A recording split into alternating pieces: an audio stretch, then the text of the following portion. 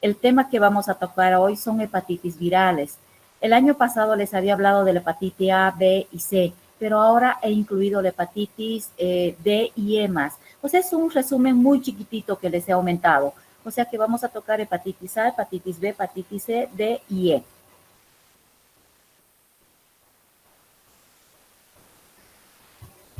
Ahora, ya, como introducción, en forma general, podemos decir que la hepatitis es itis. ¿Qué significa hepatitis?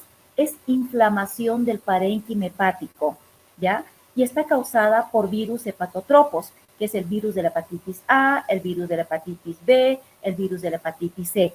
Lo más importante que ustedes tienen que recordar es que es una inflamación del parénquima hepático, y de ahí viene toda la sintomatología. Acá están las causas. Dentro de las causas tenemos la hepatitis A, la B, la C, la D y la E. Esas serían los virus hepatotropos. Pero también tenemos otras causas que nos llevan a hepatitis. Por ejemplo, el virus de Epstein-Barr, el citomegalovirus, ciertos tóxicos, enfermedades autoinmunes, isquemia, herpes simple, herpes zóster, rubiola, adenovirus, enterovirus. Son otras causas. Nosotros lo que vamos a ver son las hepatitis producidas por los virus hepatotropos, ¿sí? La A, la B, la C, la D y la E. Pero es importante también que sepan qué otros virus o qué otros factores llevan a una hepatitis, o sea, a una inflamación del parénquima hepático. Según el tiempo de evolución, nosotros podemos clasificarla en una hepatitis aguda y en una hepatitis crónica. Hablamos de hepatitis aguda cuando el tiempo de evolución de la hepatitis es menos de 6 meses, y hepatitis crónica es cuando va más allá de los 6 meses, ¿ya? Es importante saber que el 70% de las hepatitis en niños menores de 6 años son asintomáticas. O sea que son anictéricas. ¿Cuántas hepatitis se nos habrá pasado por alto porque el niño no presentaba ictericia? ¿Cuántos procesos gastrointestinales vemos en la consulta? Diarrea, vómitos, dolor de panza, pero no tiene ictericia.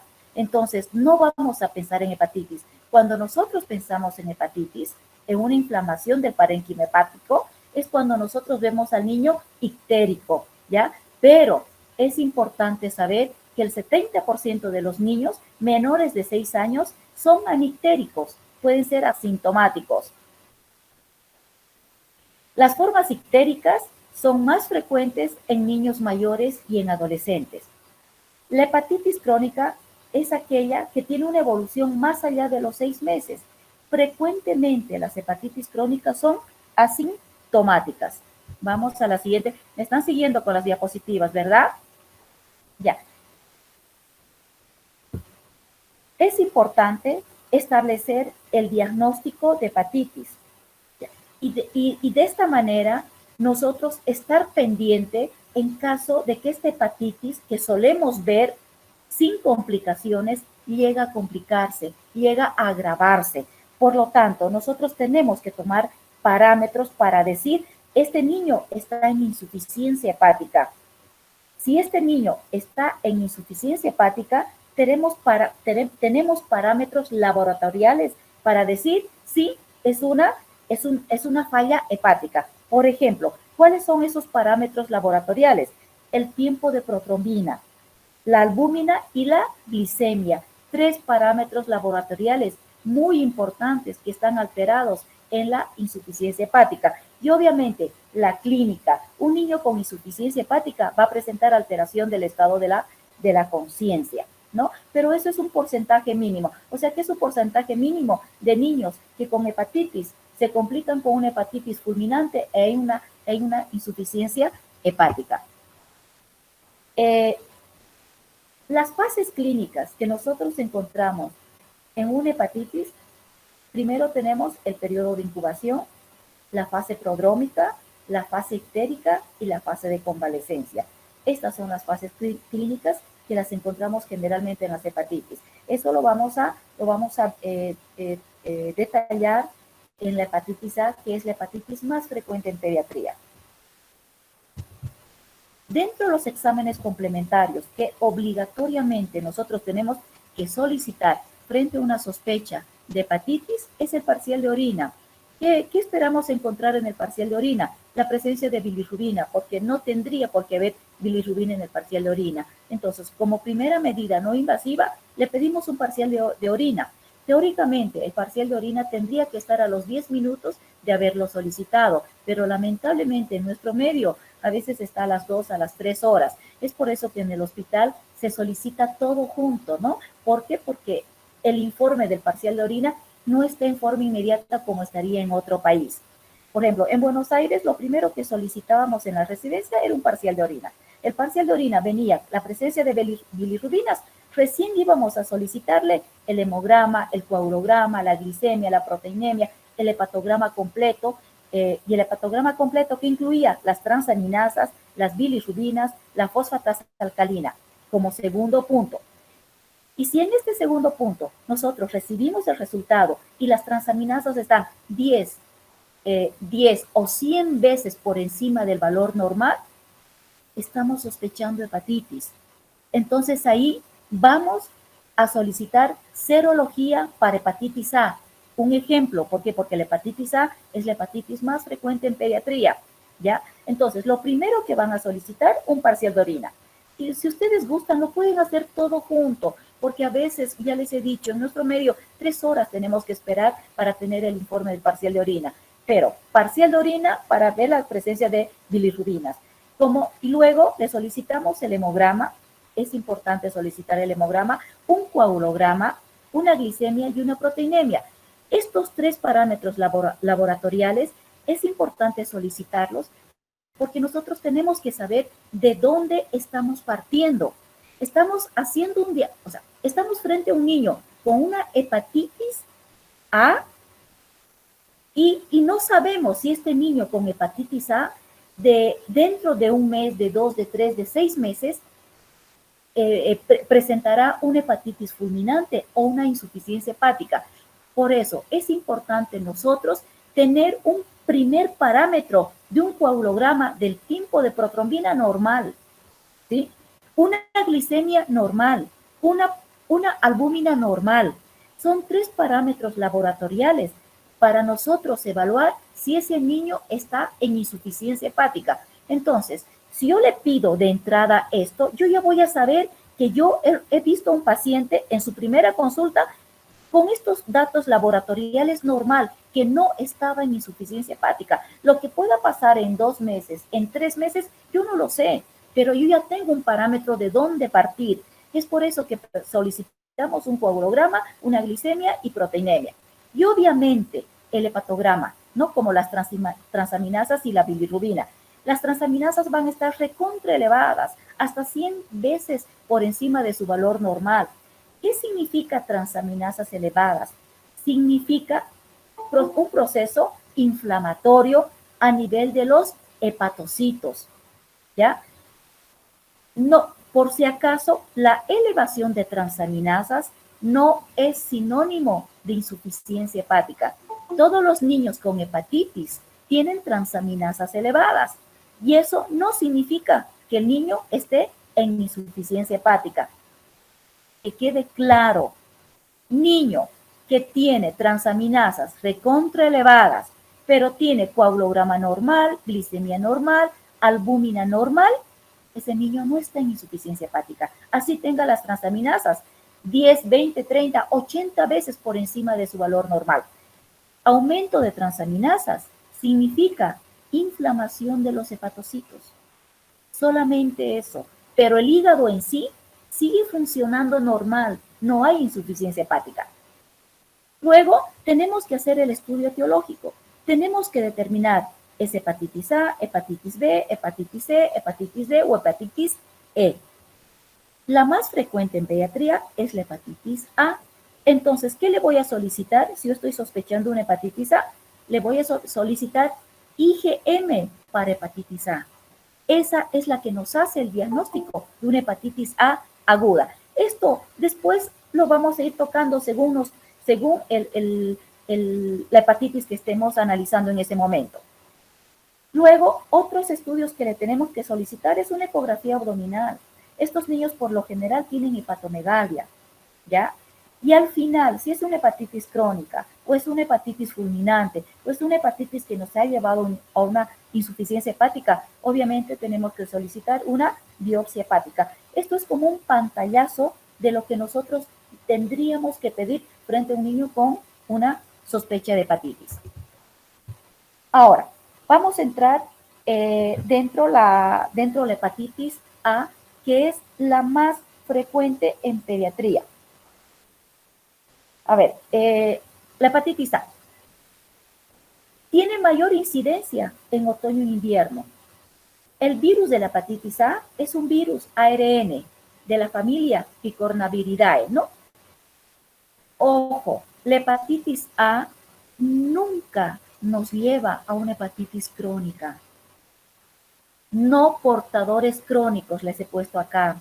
La que nos lleva a hepatitis crónica es la hepatitis B, es la hepatitis C principalmente, pero la hepatitis A no nos lleva a una hepatitis crónica. Primera observación, es la más frecuente en pediatría. El mayor periodo de infectividad es 1 a 2 semanas antes y 14 días después de la ictericia. Si este niño tiene una hepatitis con ictericia, lo más probable es que ese niño desde el momento de la aparición de la ictericia haya estado contagiando 1 a 2 semanas antes y va a seguir contagiando 2 semanas después de la ictericia. ¿Cuál es la transmisión de la hepatitis A? Es fecal oral. El virus de la hepatitis A se elimina por las heces. Incluso antes de la sintomatología, 2 semanas antes de la sintomatología, este niño ya está eliminando el virus de la hepatitis A por las heces. Y en sangre, nosotros la vamos a encontrar 1 semana después de la sintomatología. Vamos a la próxima diapositiva. La clínica de la hepatitis A. Tenemos una fase hepática y una fase extrahepática. La hepática está caracterizada por la fase preictérica y por la fase ictérica. La fase preictérica de la hepatitis A se caracteriza por dolor abdominal, por vómitos, por diarrea, ¿sí? O sea que se caracteriza por manifestaciones gastrointestinales o manifestaciones respiratorias, la fase preictérica. ¿Ya? Ojo, la fase preictérica de la hepatitis A se caracteriza por manifestaciones gastrointestinales como ser dolor abdominal, diarrea, vómitos o manifestaciones respiratorias. En cambio, la fase ictérica de la hepatitis A se caracteriza por la triada: coluria, ictericia, coluria y acolia. Esa es la triada de la fase ictérica de la hepatitis A. Ictericia, coluria y acolia. Pero habíamos mencionado que el 70% de niños menores de 6 años pueden ser asintomáticos. Generalmente presentan ictericia los niños mayores y adolescentes, ¿no? Lo que les había mencionado al inicio. Ahora, la fase extrahepática aparece en la segunda semana de formación. Extrahepática, ¿qué significa? Que tiene otro tipo de manifestaciones que no tienen nada que ver con el hígado, ¿sí? Otro tipo, pueden ser respiratorias, pueden ser renales, pueden ser etcétera. Otros sistemas. Por eso se denomina la fase extrahepática. Este cuadrito se los he tratado de armar más o menos para una correlación clínico-serológico. Acá está la ictericia. Si ustedes ven, está la ictericia. Las transaminasas, ¿en qué momento empiezan a elevarse? Empiezan a elevarse 4 a 5 días antes de la ictericia. Empiezan a elevarse las transaminasas, ¿ya? Y cuando aparece la ictericia, aparece la IgM. La IgM, esta va ascendiendo y hace su pico aproximadamente a la sexta y octava semana. Luego, perdón chicos, acá la IgM, si ustedes ven ese cuadrito, la IgM, o sea, tenemos IgM y tenemos IgG en la hepatitis A. ¿Cuál hace el diagnóstico de un cuadro agudo que el niño tiene hepatitis? Es la IgM. La IgG, ¿qué significa? Que el niño ha tenido hepatitis. ¿Ya? No significa que tenga hepatitis, sino significa que el niño ha tenido hepatitis. O sea, la que nos hace el diagnóstico de la hepatitis es la IgM. Esta IgM aparece en el momento que aparece la ictericia. Luego hace una meseta aproximadamente en la segunda semana, llega a su valor máximo en la segunda semana y luego empieza a descender, hace su pico, hace una meseta en la segunda y un pico máximo a la sexta, octava semana y luego puede durar meses. En cambio, las transaminasas, estas transaminasas que se han elevado 4 a 5 días antes de la ictericia, hacen su pico máximo en la segunda semana. Luego de la segunda semana se estabilizan, en la segunda semana hacen su pico, en la segunda semana se estabilizan y luego empiezan a descender, de modo que estas transaminasas tendrían que normalizarse a los 30 a 45 días. ¿Está claro? Por ahí les he complicado con este cuadrito, tratando de ayudarles. Vuelvo a repetir, las transaminasas se elevan 4 a 5 días antes de la aparición de la ictericia. Luego empieza a ascender, hacen un pico en la segunda semana. Luego se estabilizan una semanita y luego empiezan a descender, su pico máximo. Y luego empiezan a descender hasta normalizarse de 30 a 45 días. La IgM aparece en el momento que se presenta la ictericia.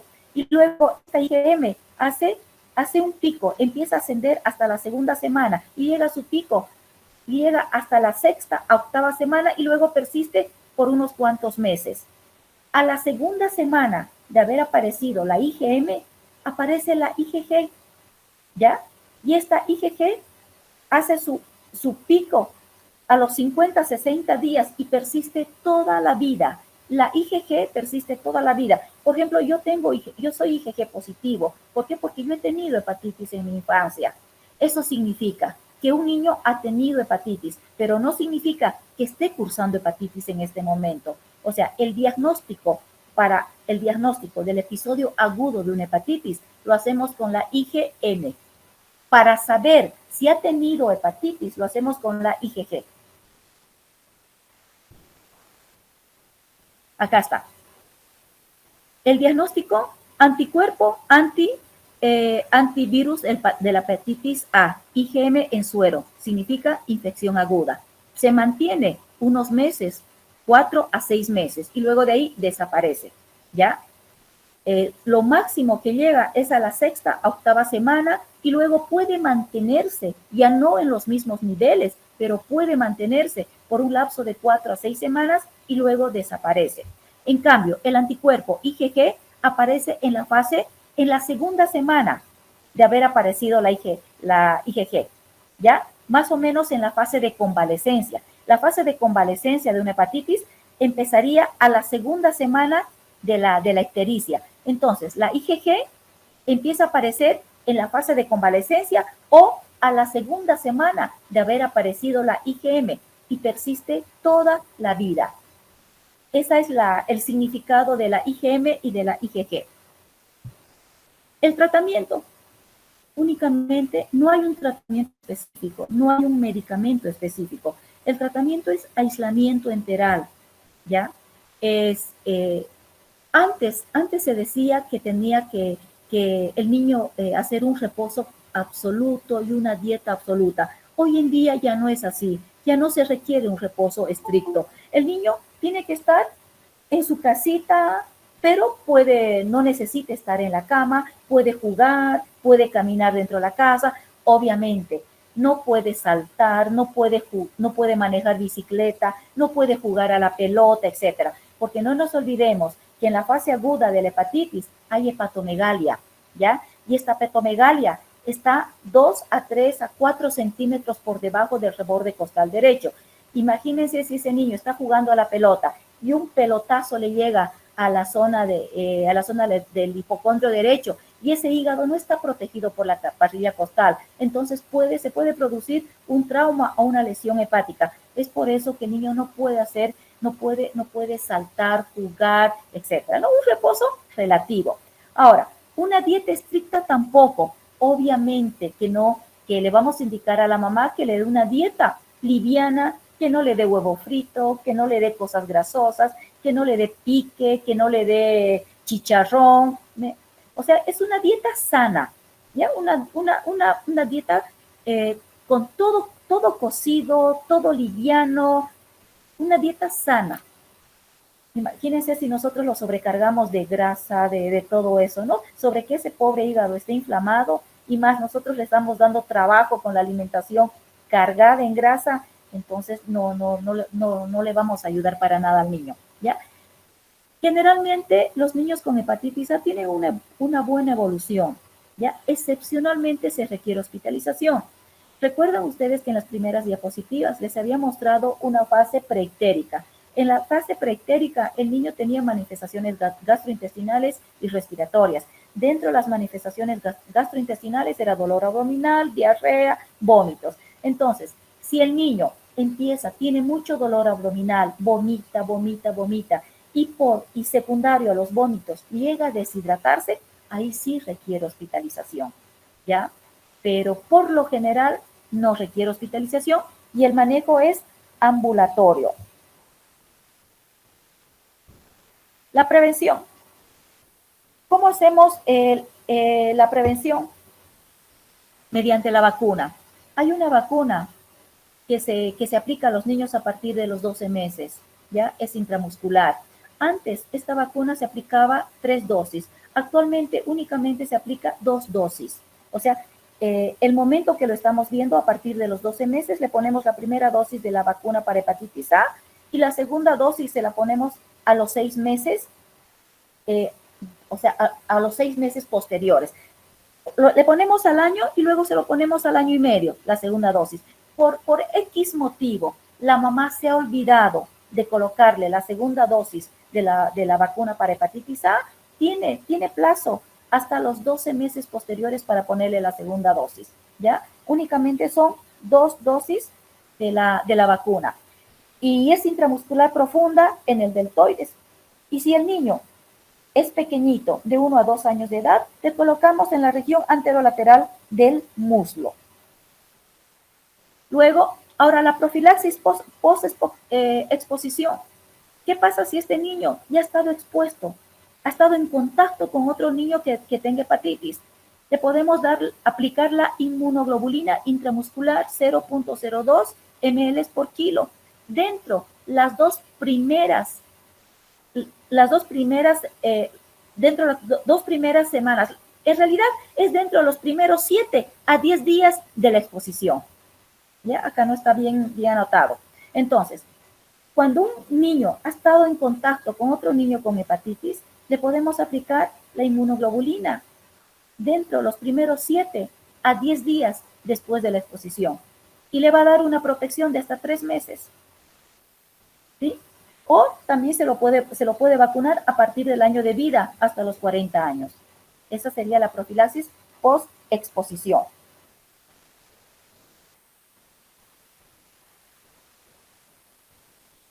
Los controles.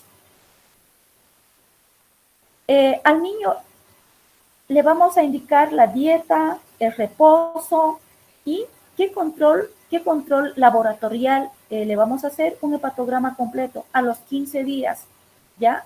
Porque no nos olvidemos que las transaminasas van aumentando y nosotros tenemos que ir controlando hasta su pico máximo. Después de su pico máximo, que sería a la segunda semana aproximadamente, por eso le pedimos a los 15 días las transaminasas. Después de ese pico máximo, a los 14, 15 días, esas transaminasas empiezan a descender, de modo que a los 30, 45 días ya tendrían que normalizarse las transaminasas. O sea que nosotros hacemos ese control a los 15 días con un hepatograma completo y a los 30 días. Obviamente, con todas las pautas de alarma que le debemos dar a la mamá, ¿ya? Que el niño no vuelva a tener ictericia, que el niño no vuelva a vomitar, etcétera, ¿no? Con todos los signos de alarma con los que se va la mamá y nosotros lo vamos controlando por consulta externa. ¿Cuáles serían las complicaciones? Un fallo hepático agudo, pero es seguimos con la hepatitis A. Las complicaciones sería un fallo hepático agudo, pero es un porcentaje bajo, es menos del 1%. ¿Sí?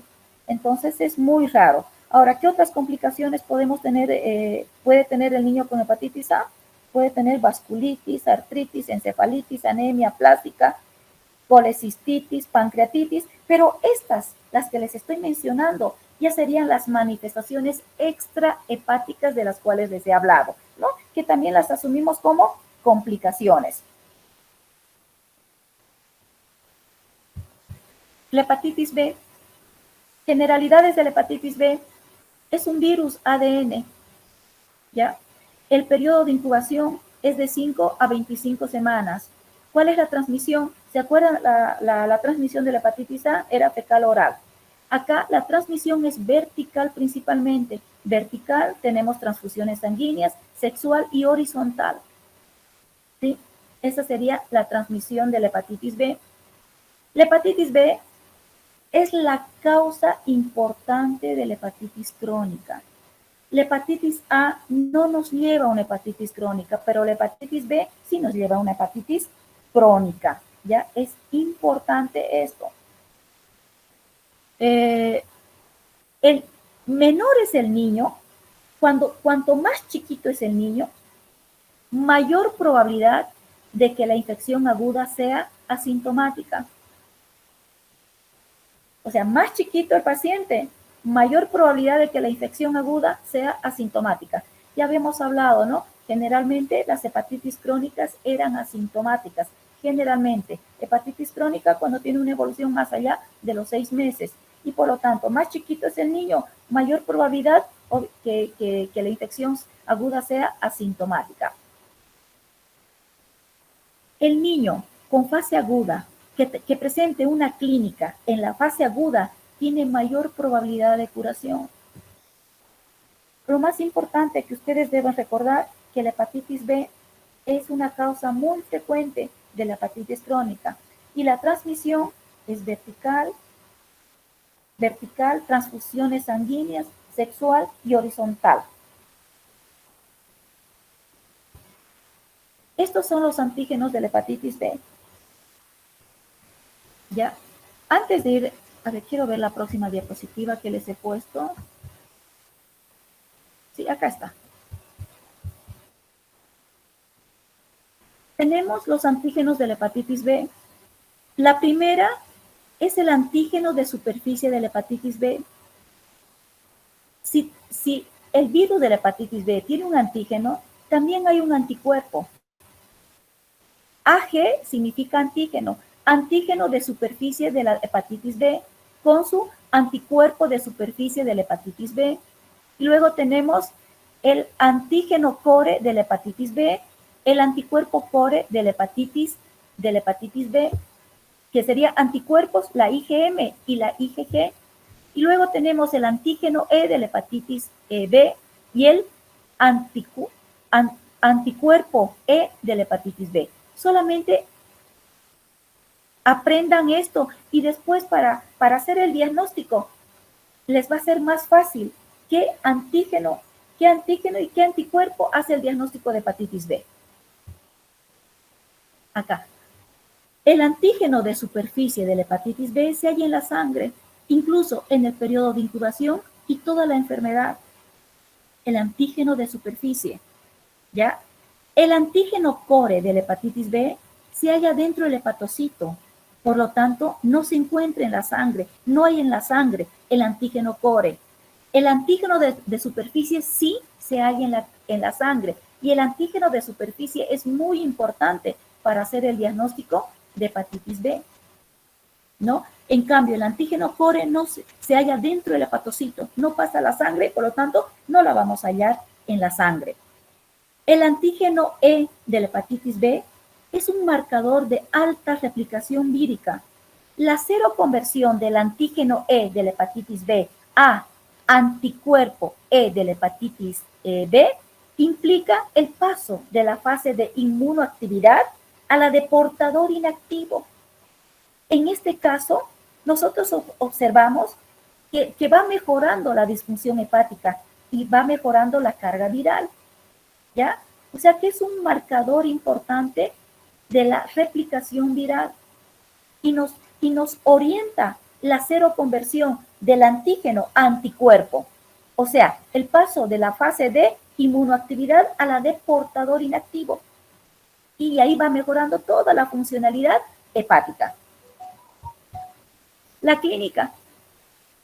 Tenemos una infección aguda que se caracteriza, que tiene las siguientes características. Cuanto más chiquito es el niño, es cuando hay mayor probabilidad de que la infección aguda sea sintomática. Acá les he puesto, chicos, como conceptos así, conceptos muy claros, ¿ya?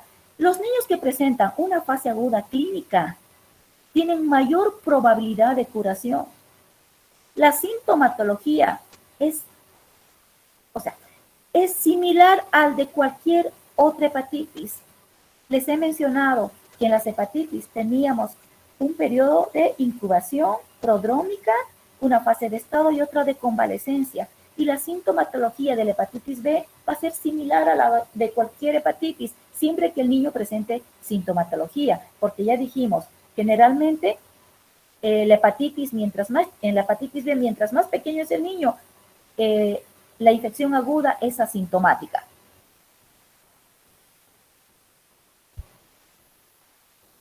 Acá está. Y tenemos la infección crónica, es aquella que perdura más allá de los 6 meses, ¿no? La infección crónica está en relación inversa a la edad del niño.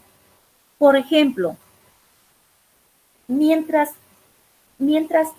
el niño sea más pequeñito y se haya infectado y se ha contagiado por el virus de la hepatitis B, va a tener mayor probabilidad de que haga una infección crónica. Ejemplo, acá les he puesto un recién nacido, un recién nacido que la mamá verticalmente le ha transmitido el virus de la hepatitis B, este recién nacido tiene un 90% de probabilidad de que a la larga haga una infección crónica. ¿Ya? Un lactante que se haya infectado con el virus de la hepatitis B tiene un porcentaje del 50% de que vaya a ser una infección crónica, de que se cronifique. Los escolares, un 20% de que se cronifique. Los niños mayores y adultos, un 5%. Si se dan cuenta, ¿no? Mientras más edad tenga el niño, un niño más grandecito que se haya contagiado con el virus de la hepatitis B tiene menos probabilidad de hacer una hepatitis crónica. Si el niño se ha contagiado en etapas tempranas de su vida, tiene mayor probabilidad de hacer una infección crónica, ¿sí? Generalmente son asintomáticos. Más chiquito, más asintomáticos. La persistencia del antígeno viral, o sea, del antígeno de superficie de la hepatitis B en sangre, más allá de 6 meses, decimos que ese niño tiene una infección crónica. Antígeno de superficie de la hepatitis B en sangre, más de 6 meses, es sinónimo de infección crónica por hepatitis B. La infección en la fase temprana de la infancia, o sea, en los niños menores de 5 años, tienen mayor riesgo de cronicidad. Lo mismo que hemos explicado en el primer punto. Mientras más se contagia a temprana edad del niño, mayor riesgo de cronicidad, especialmente en menores de 5 años. ¿Sí? Esas son las características de la hepatitis B. El diagnóstico. Parece trabalenguas esto, ¿no? Pero es hasta que le agarren el hilo. Estamos bien, ¿no? ¿Me escuchan, verdad? Sí, doctora, se escucha. Gracias. ¿Cómo hacemos el diagnóstico? ¿Qué le vamos a solicitar? ¿Se acuerdan en la hepatitis A, para hacer el diagnóstico de hepatitis A, qué le solicitamos? IgM para hepatitis A. Suficiente IgM para hepatitis A. Y si ustedes tienen alguna duda, que por ahí el chico ya no está ictérico, pero la mamá dice que hace, qué sé yo, hace un mes, hace 2 meses está ictérico, ahí le van a pedir IgG para hepatitis A, pero la que hace el diagnóstico de la hepatitis A en su episodio agudo es la IgM, por si acaso. En cambio, en la hepatitis B, ¿qué le vamos a pedir? Le vamos a pedir el antígeno de superficie de la hepatitis B, antígeno de superficie y anticore de la hepatitis B. Entonces, la infección aguda de la hepatitis B se caracteriza porque tiene antígeno de superficie de la hepatitis B positivo, anticuerpo core de la hepatitis B positivo. Estos dos parámetros laboratoriales nos hacen el diagnóstico de hepatitis B, ¿ya? En cambio, en la infección crónica, ¿qué vamos a tener?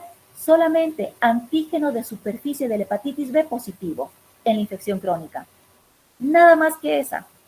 Y en la infección curada, vamos a tener el antígeno de superficie de la hepatitis B negativo. El anticuerpo de superficie de la hepatitis B positivo. ¿Sí?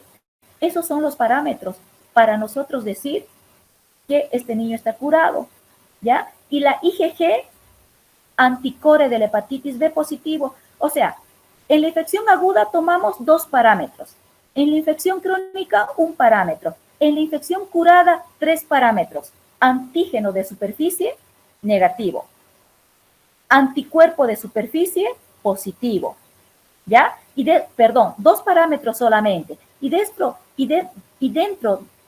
sí, 3 parámetros. El anticuerpo de superficie positivo. Y además, el anticuerpo core positivo, como la IgG, que son inmunoglobulinas. Ahora, el paciente vacunado, ¿qué va a tener el paciente vacunado? El antígeno de superficie para el hepatitis B negativo va a tener, ¿ya? El anticuerpo de superficie para el hepatitis B negativo y el IgG anticore positivo. Ese es el paciente vacunado. El tratamiento. En la infección aguda, la literatura te describe el tenofovir, 8 miligramos por kilo día vía oral, máximo 300 miligramos por un tiempo indefinido, pero en niños mayores de 12 años, ¿ya? Y en hepatitis grave. El entecavir, 0.015 miligramos kilo día vía oral, máximo 0.5 en niños mayores de 2 años, por un tiempo indefinido también en hepatitis grave. Eso es en la infección aguda, ¿ya? Pero en la infección crónica tenemos que tomar en cuenta todas estas recomendaciones. Este niño que tiene una infección crónica por hepatitis B, tenemos que evitar que ese niño contraiga una infección por el virus de la hepatitis A. Imagínense si ese niño ya tiene una infección crónica por el virus de la hepatitis B y de paso se infecta con el virus de la hepatitis A, o sea, empeoramos la situación. Por eso tenemos que evitar que ese niño tenga hepatitis A y a todos los niños con infección crónica por virus de la hepatitis B, tenemos que vacunarlos contra el virus de la hepatitis A. Vacunación para la hepatitis A. Evitar hepatotóxicos en los adolescentes, drogas, alcohol y coinfecciones. Debemos evitar coinfecciones, ¿ya? Como por ejemplo con el VIH y el virus de la hepatitis C. Debemos evitar estas coinfecciones, porque si no estaríamos agravando más su patología hepática. Profilaxis en convivientes, ¿no? Con el virus de la hepatitis B. La función hepática. Tenemos que hacer control de la función hepática. Por ejemplo, ¿qué debemos pedir? Antígeno E para la hepatitis B, anticuerpo E para anticuerpo E de la hepatitis B, y además toda la función hepática, hepatograma completo. Y aquí incluye la función hepática, ya les había mencionado en las diapositivas iniciales, transaminasas, bilirrubina, fosfatasa alcalina, toda la función hepática tenemos que pedir, ¿ya? Y también es bueno pedirle coagulograma, proteinemia, albúmina, porque ya les he dicho, ¿cuáles son los marcadores más importantes de la funcionalidad del hígado? Es el tiempo de protrombina, por eso le pedimos coagulograma, es la glicemia y es la albúmina, y por eso le pedimos en esta última proteinemia. Estos tres parámetros son importantes para determinar la funcionalidad del hígado, la funcionalidad hepática, pero también podemos pedirle para tener una valoración las transaminasas, bilirrubina, fosfatasa alcalina, ¿no? Para completar el estudio. Y estos estudios se las vamos a pedir cada 3 a 6 meses. Más viremia para el virus, más la viremia para el virus de la hepatitis B, o sea, ADN, le tenemos que pedir a estos pacientes cada 3 a 6 meses. Todos estos estudios los tenemos que hacer en este tiempo indicado. Y además de una ecografía, más alfa-fetoproteína, ¿sí? Porque este chico tiene una hepatitis crónica, entonces la probabilidad de que tenga un hepatocarcinoma es alto. Entonces tenemos que hacerle marcadores tumorales como la alfa-fetoproteína y controles periódicos con una ecografía hepática. El tratamiento en caso de la infección crónica. ¿Cuál es la finalidad? De la infección aguda ya hemos mencionado, ahora de la infección crónica. La finalidad es reducir el riesgo de progresión a cirrosis y el hepatocarcinoma, ¿no? Porque la probabilidad de un hepatocarcinoma es alta en estos pacientes. Seleccionar pacientes para tratamiento, no en inmunotolerantes y portadores inactivos. ¿Sí? El tratamiento está indicado con interferón o antiviral en pacientes con elevación persistente de transaminasas y afectación moderada grave en la biopsia. En estos casos podemos indicar tratamiento con interferón o antiviral. Administrar antivirales en pacientes sometidos a inmunosupresión, a quimioterapia. Las posibilidades de tratamiento en la hepatitis B crónica. Tenemos el interferón, entecavir y tenofovir. Esas serían las posibilidades de tratamiento.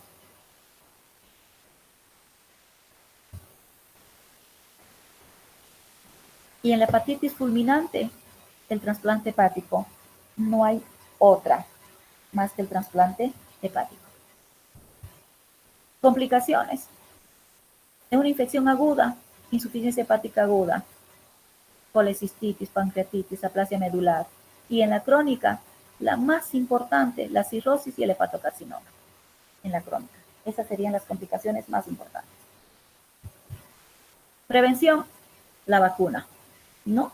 La vacuna para la hepatitis B, que se encuentra dentro del PAI, dentro de la pentavalente, ¿sí? Esta pentavalente la aplicamos a los 2 meses, a los 4 meses y a los 6 meses de vida. Y el primer refuerzo a los 18 meses, el segundo refuerzo a los 4 años. ¿Sí? O sea que la vacuna para la hepatitis B está dentro de la pentavalente, dentro del PAI. Si nosotros tenemos un recién nacido de madre con antígeno de superficie para la hepatitis B positivo, ¿qué tenemos que hacer con ese recién nacido? Vacunación. Le tenemos que poner la vacuna, o sea, no tenemos que esperar para que reciba la vacuna hasta los 2 meses, ¿ya? Porque la madre tiene antígeno de superficie para hepatitis B positivo, o sea que la mamá tiene hepatitis B. Y entonces al recién nacido lo tenemos que vacunar. Aparte de su vacunación, le ponemos inmunoglobulina humana, 0.5 ml ante hepatitis B en las primeras 12 horas de vida. ¿Ya? Y luego de ahí continuamos nomás su esquema, su esquema de vacunación. Si la mujer está frente a una mujer embarazada, el tratamiento antiviral con tenofovir en los últimos 4 meses de embarazo. Y cuando nace recién nacido, la vacuna recién nacido y la inmunoglobulina, ya de una mamá positiva. La lactancia materna no está contraindicada en madre infectada por el virus de la hepatitis B. La hepatitis C es un virus tipo ARN, ¿sí? La tasa de cero prevalencia en la infancia es baja, menos de 0.4. La transmisión es igual que la hepatitis B, ¿ya? Que son transfusiones sanguíneas y la vertical. Factores de riesgo, los tatuajes, drogadicción endovenosa, transfusiones, exposiciones parenterales. La vía principal de transmisión es la perinatal, es la vertical, ¿ya? Y la hepatitis C también va a la cronicidad. La hepatitis B va a la cronicidad, la hepatitis C va a la cronicidad, la hepatitis A no va a la cronicidad. Clínica, generalmente asintomática, la infección aguda, ¿ya? La hepatitis nunca cursa con fallo hepático agudo. El 80% de la infección adquirida en la infancia se cronifica. El 80%. El 20% cura espontáneamente. Y la infección crónica, mayor parte asintomática. Cuando, cuando un niño presenta clínica de una hepatopatía y tiene una infección crónica por virus de la hepatitis C, esto se va a hacer evidente cuando el cuadro esté muy avanzado y cuando ya haya descompensación, ¿no? Por eso acá les he puesto clínicamente evidente en fase de hepatopatía descompensada, cuando ese hígado ya no dé más y el niño entre en insuficiencia hepática. El diagnóstico de la infección, anticuerpo contra el virus de la hepatitis C positivo y viremia ARN, el virus de la hepatitis C positivo. Con eso hacemos el diagnóstico, ¿no? Anticuerpos anti-hepatitis C persisten de por vida. La curación de la enfermedad es con la viremia negativa. ¿Ya? Si el niño se ha curado, han visto que les he dicho un 20% acá, un 20% cura espontáneamente, ¿no? Entonces, si el niño se ha curado, por suerte, va a tener una viremia negativa, porque la viremia positiva hace diagnóstico.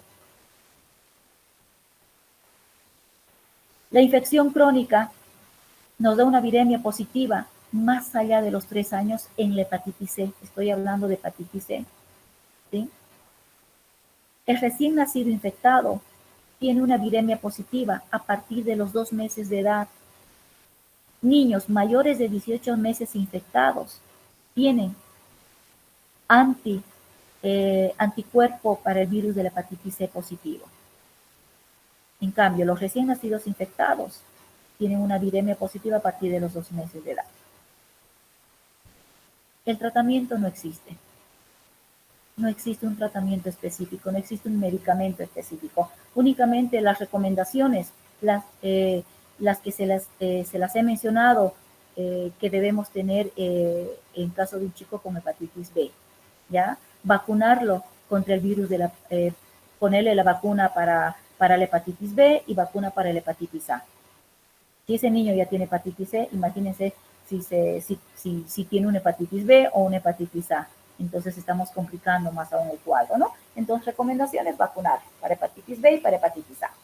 ¿Ya? Evitar conductas de riesgo, como el alcohol. Realizar cada 6 meses una función hepática y una viremia. Cada 6 meses. La función hepática, ya les había mencionado, pues son 3 parámetros laboratoriales que nos determinan la funcionalidad del hígado, el tiempo de protrombina, la albúmina y la glicemia, ¿no? Entonces, esto tenemos que realizar cada 6 meses más viremia. Determinar el genotipo del virus de la hepatitis C.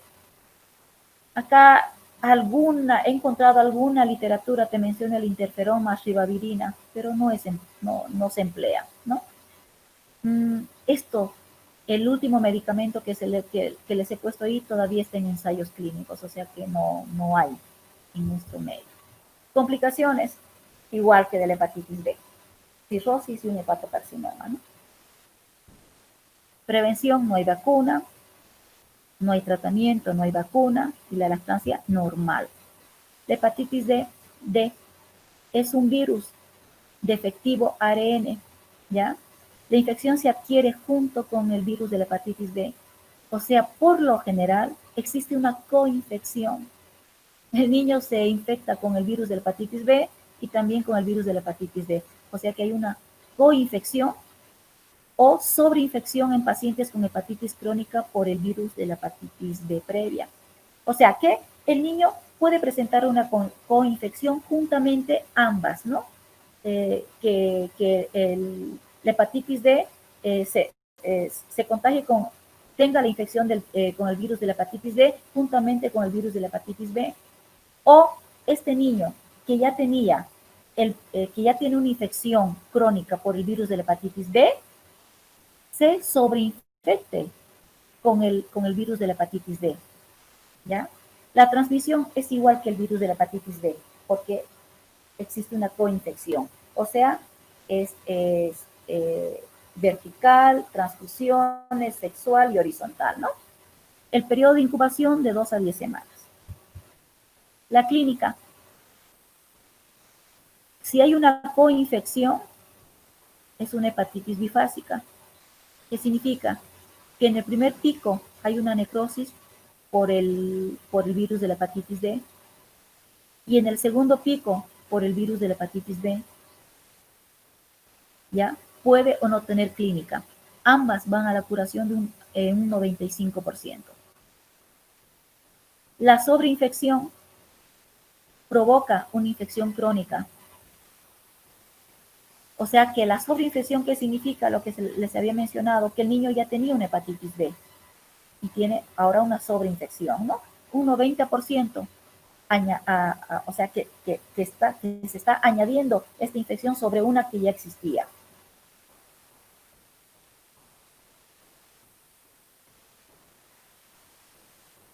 Y además tiene un efecto citopático, el virus de la hepatitis D con alto riesgo de cirrosis.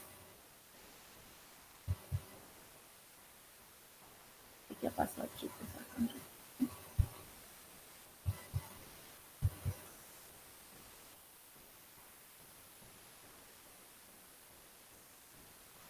Perdón, chicos, un ratito.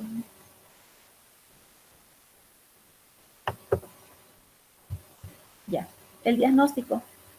La infección aguda de la hepatitis D se hace serología, antígeno para el virus de la hepatitis D y anticuerpo IgM positivo. O sea, antígeno, virus de la hepatitis D positivo y anticuerpo IgM positivo. Con esos dos parámetros hacemos el diagnóstico de hepatitis D. Nosotros debemos solicitar el antígeno para el virus de la hepatitis D y el anticuerpo IgM para el virus de la hepatitis D a pacientes que tengan antígeno de superficie positivo para hepatitis B y que tengan transaminasas elevadas, ¿ya? Porque se acuerdan que dijimos que puede haber una sobreinfección, entonces a todos estos niños infectados con el virus de la hepatitis B, les tenemos que hacer serología para el virus de la hepatitis D, o sea, antígeno para el virus de la hepatitis D y anticuerpo IgM para el virus de la hepatitis D. Descarte infección, cuando ya descartamos infección, cuando el antígeno y el anticuerpo son negativos, ¿no?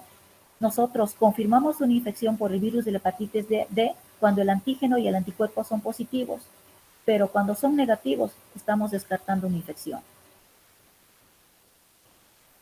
En la infección por el virus de la hepatitis D, la antigenemia es de breve duración. ¿Por qué? Porque están enmascaradas. Esta antigenemia está enmascarada por la gran cantidad de anticuerpos producidos, ¿no? La infección crónica. Vamos a tener IgG, IgG antivirus hepatitis D positivo indefinidamente.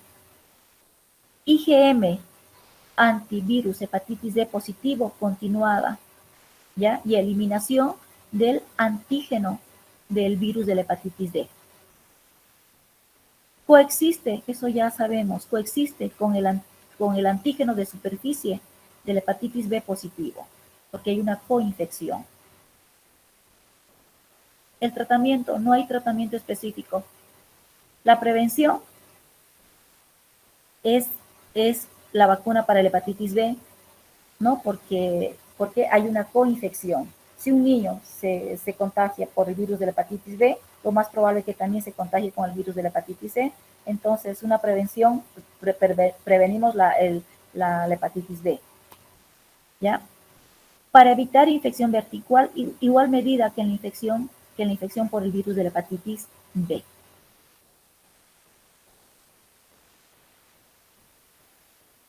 O sea, ¿a qué se refiere esto? La prevención. ¿Se acuerdan que a un recién nacido de madre con antígeno de superficie positivo se lo vacunaba directamente y se le pone inmunoglobulina, ¿no? Es lo mismo, a eso se refiere. Hepatitis C es un virus ARN, ¿ya? La transmisión es igual que de la hepatitis A. La transmisión es fecal oral, ¿no? También menciona vertical, pero la más importante es la fecal oral. El periodo de incubación es de 15 a 60 días, es endémico y es epidémico. La clínica, autolimitado. Es la misma clínica que en la hepatitis A, igual se autolimita que en la hepatitis A porque no hay tratamiento, ¿sí?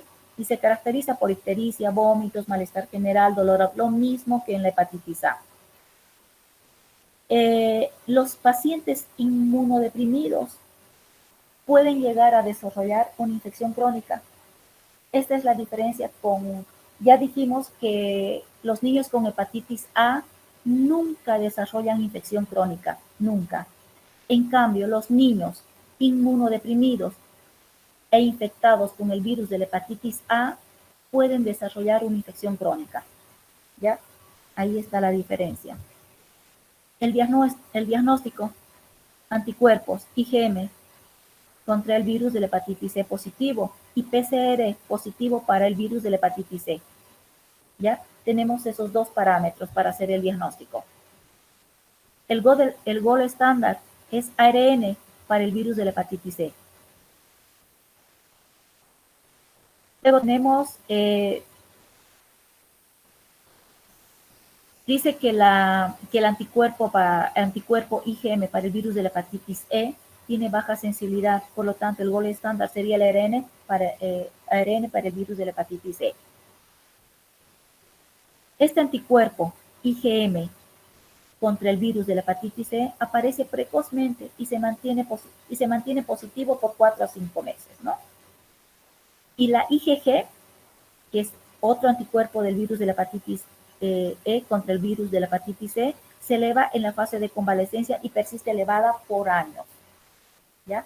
En cambio, en la hepatitis A, la IgG persiste toda la vida y la IgM está en el episodio agudo, ¿no? El tratamiento sintomático y de soporte.